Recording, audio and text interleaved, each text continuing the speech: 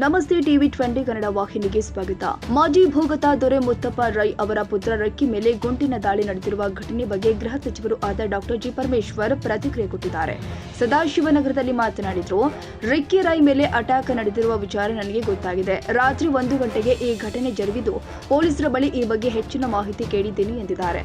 ಗುಂಡಿನ ದಾಳಿಯಿಂದ ಗಾಯಗೊಂಡಿರುವ ರಿಕ್ಕಿ ರೈ ಬೆಂಗಳೂರಿನ ಖಾಸಗಿ ಆಸ್ಪತ್ರೆಯಲ್ಲಿ ಚಿಕಿತ್ಸೆ ಪಡಿತಾ ಇದ್ದಾರೆ. ಗುಂಡಿನ ದಾಳಿಗೆ ಕಾರಣ ಇನ್ನೂ ತಿಳಿದು ಬಂದಿಲ್ಲ. ಪೊಲೀಸರು ಈ ಬಗ್ಗೆ ತನಿಖೆ ನಡೆಸ್ತಾ ಇದ್ದಾರೆ. ಸದ್ಯ ಅವರು ಪ್ರಾಣಾಪಾಯದಿಂದ ಪಾರಾಗಿದ್ದಾರೆ. ವೈದ್ಯರು ಔಟ್ ಆಫ್ ಡೇಂಜರ್ ಅಂತ ಹೇಳಿದ್ದಾರೆ ಎಂದಿದ್ದಾರೆ. ರಾಜ್ಯದಲ್ಲಿ ಕಾನೂನು ಸುವ್ಯವಸ್ಥೆ ಸರಿಯಾಗಿದೆ. ಎಲ್ಲ ಪ್ಯಾರಾಮೀಟರ್ಸ್ ಹೇಳ್ತೇವೆ. ಕ್ರೈಮ್ ಪ್ರಕರಣಗಳು ಕಡಿಮೆಯಾಗಿದೆ. ನಾನು ಏನಾದರೂ ಹೇಳಿದ್ರೆ ತಿರುಚಿ ಬರಿತೀರಾ? ಪೊಲೀಸ್ ಕಮಿಷನರ್ ಬೀಫ್ ಮಾಡಿದ್ದಾರೆ. ಕಳೆದ ವರ್ಷಕ್ಕೆ ಹೋಲಿಕೆ ಮಾಡಿದ್ರೆ ಈ ವರ್ಷ ಅಪರಾಧಗಳು ಕಡಿಮೆಯಾಗಿದೆ. ಸೈಬರ್ ಕೇಸ್ ಕಡಿಮೆಯಾಗಿದೆ. ಲಾ ಅಂಡ್ ಆರ್ಡರ್ ಎಲ್ಲ ಸರಿಯಾಗಿದೆ ಎಂದಿದ್ದಾರೆ. ಮನೆ ಮುಂಭಾಗ ಅವ್ರ ಮಗ ರಿಕೇಶ್ ರೈ ಮೇಲೆ ಇದಾಗಿದೆ. ನನಗೆ ಗೊತ್ತಾಗಿದೆ, ವಿಷಯ ಗೊತ್ತಾಗಿದೆ, ಡೀಟೇಲ್ಸ್ ಕೇಳಿದ್ದೇನೆ. ರಾತ್ರಿ ಸುಮಾರು 1:30-2 ಗಂಟೆ ಸಮಯದಲ್ಲಿ ಆಗಿದೆ ಅಂತ ಹೇಳಿದರು. ಅದರದ್ದು ಡೀಟೇಲ್ಸ್ ಕೇಳಿದ್ದೇನೆ. ಬಂದ ಮೇಲೆ ಯಾರು ಏನು ಅಂತ ಪ್ರಾಥಮಿಕವಾಗಿ ಏನಾದ್ರು ಕೊಟ್ಟರೆ ಏನು ಗೊತ್ತಿಲ್ಲ.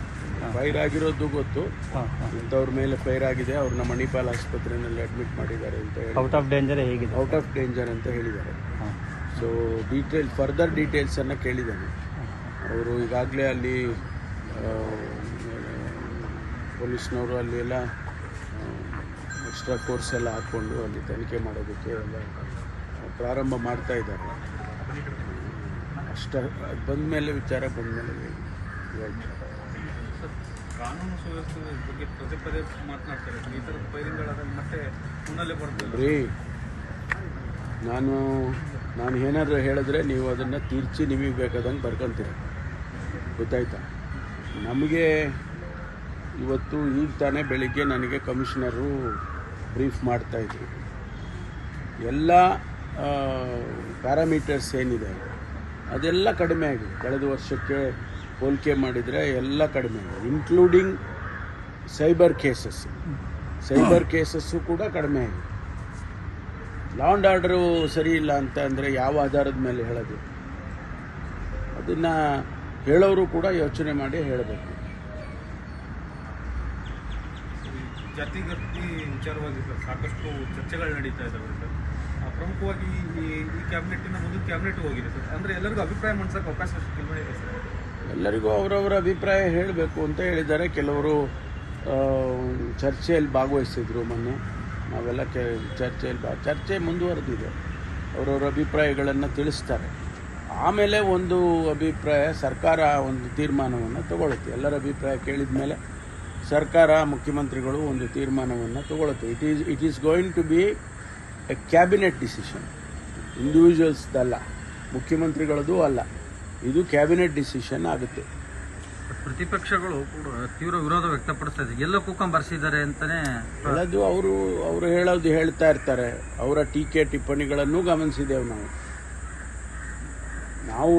Socio economic and educational survey ಮೂಲ ಉದ್ದೇಶ ಇರ್ತಕ್ಕಂಥದ್ದು, ಟರ್ಮ್ಸ್ ಆಫ್ ರೆಫರೆನ್ಸ್ ಇರ್ತಕ್ಕಂಥದ್ದು, ಸಾಮಾಜಿಕವಾಗಿ, ಶೈಕ್ಷಣಿಕವಾಗಿ, ಆರ್ಥಿಕವಾಗಿ ಯಾವ ಸಮುದಾಯ ಯಾವ ರೀತಿ ಇದೆ ಅನ್ನೋದನ್ನು ಅವರು ಅಧ್ಯಯನ ಮಾಡಿ ಸರ್ಕಾರಕ್ಕೆ ತಿಳಿಸ್ಬೇಕು ಅಂತ ಹೇಳಿದ್ದನ್ನು ಅದನ್ನು ಮಾಡಿದ್ದಾರೆ.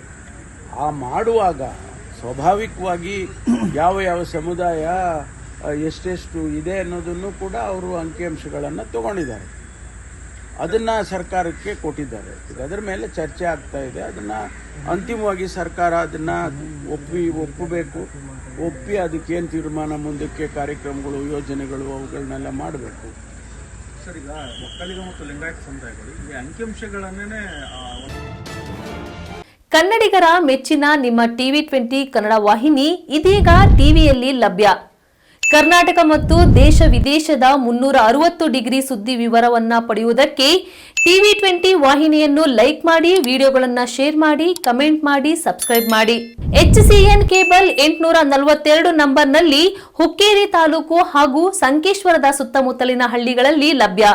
PCN ಕೇಬಲ್ 129 ನಂಬರ್ನಲ್ಲಿ ಹಾರುಗೆರೆ ಸುತ್ತಮುತ್ತಲಿನ ಹಳ್ಳಿಗಳಲ್ಲಿ ಲಭ್ಯ. ರಾಯಬಾಗ್ ಡಿಜಿಟಲ್ ಚಾನೆಲ್ ಕೇಬಲ್ 80ನೇ ನಂಬರ್ನಲ್ಲಿ ರಾಯಬಾಗ ತಾಲೂಕಿನ ಸುತ್ತಮುತ್ತಲಿನ ಹಳ್ಳಿಗಳಲ್ಲಿ ಲಭ್ಯ. ಯುಡಿಸಿಎನ್ ಕೇಬಲ್ ನೆಟ್ವರ್ಕ್ ಉಗಾರ ಸುತ್ತಮುತ್ತಲಿನ ಹಳ್ಳಿಗಳಲ್ಲಿ ನಿಮ್ಮ ಟಿವಿ 20 ಕನ್ನಡ ವಾಹಿನಿಯೂ ಲಭ್ಯ.